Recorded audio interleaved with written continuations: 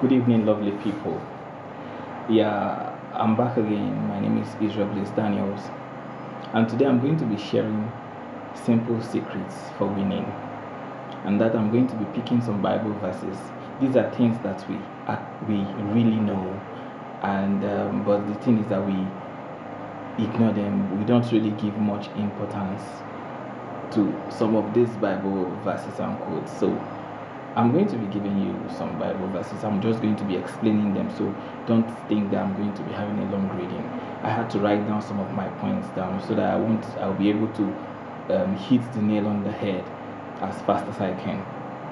So the thing is, the first Bible verse is in Genesis chapter 1.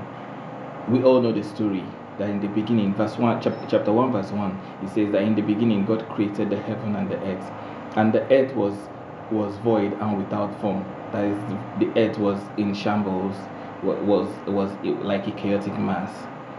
So then it went further to say that the earth was void and without form, and darkness was upon the face of the deep. Then he said something striking. He said, "And the Spirit of God hovered upon the face of the waters." Then in verse 3, he now made a statement. God said, "Let there be light." Now, remember something. Yeah, that is actually the line I want to pick. God said, "Let there be light." Now, in 2 Corinthians chapter 4, verse 6, the Bible said something that that God called light out of the darkness. That's Paul was actually making reference to what happened in Genesis. He said God called light out of darkness. I want us to pick that point. The first point is that what God said, "Let there be light." Then the second point is really the explanation of what happened in the first point. God said, "Let there be light." Now, what did God do by what he said? 2 Corinthians 4:6 said that God called the light to come out of darkness. Now, I'm going to take you to Romans chapter 10, verse 8, which said that the word is near unto you, even in your heart and in your mouth. That is the word of salvation, or the word of salvation is near unto you, even in your heart and in your mouth. Now, what is the emphasis? The emphasis of my teaching is words. I need that some of you really got it from the beginning. The emphasis is on words. The beginning, God said, "Let there be light." Now, 2 Corinthians, Paul explaining what happened there, he said, God called light out of darkness. Every one of us, one time or the other in our life, we experience some situations that are not really pleasant, things that we don't really want to happen in our lives. Every one of us go through challenging times, and most times some persons run helter-skelter, not knowing what to do in such situations. But the good news is that you have the power to change what you don't want to see. So whenever you find yourself in a situation that seemed to be like a darkness, remember what God did when he was in a situation similar to that. When he wanted to make change on earth, the first thing that God did was what? To speak, "Let there be light." So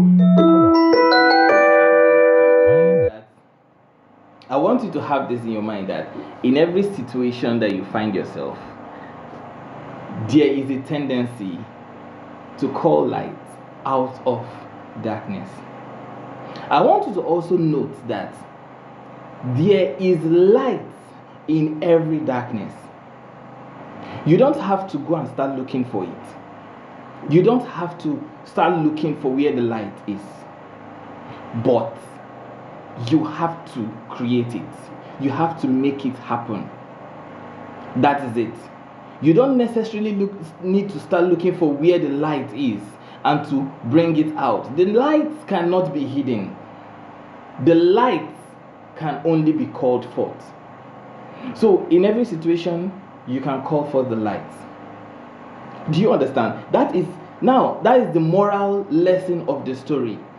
And I also want you to have this at the back of your mind, that the Bible said that God made man in his own image.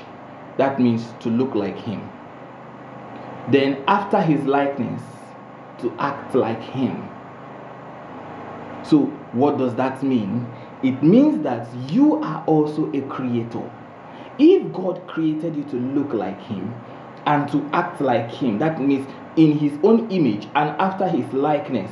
After his likeness means that you are created to act like him. It therefore means that you are a creator like God. What God can do, you can also do that by the Spirit of God in your life. Because if you see from the beginning, the Bible said that the Spirit of God hovered upon the face of the waters.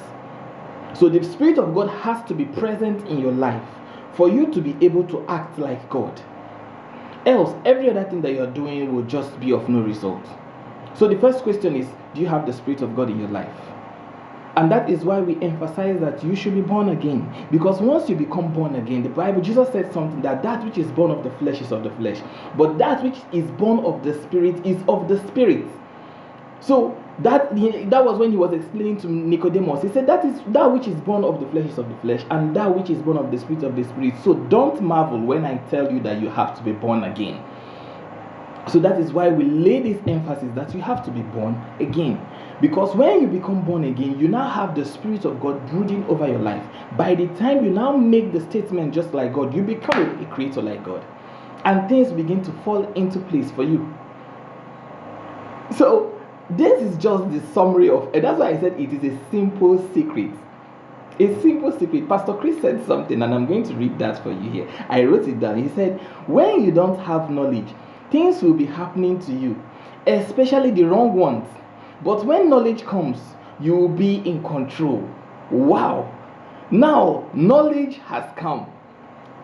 You are now in control. Believe me. The only thing is, if you are not born again, that's where the problem is. If you are not born again, and maybe you are born again, but you find yourself drifting, and you have seen yourself doing things that are not seemingly, it's not a big deal. You just have to make your ways right with God. It's not a big deal. You just have to make your ways right with God. The Bible said, and this is how, that is for those that are not born again.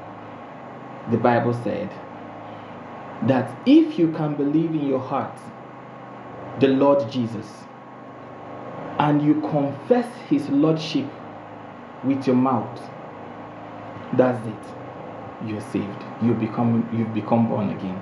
It's just as simple as that. So if you're here and you want to be born again, after this broadcast, it's just a simple thing that you have to do.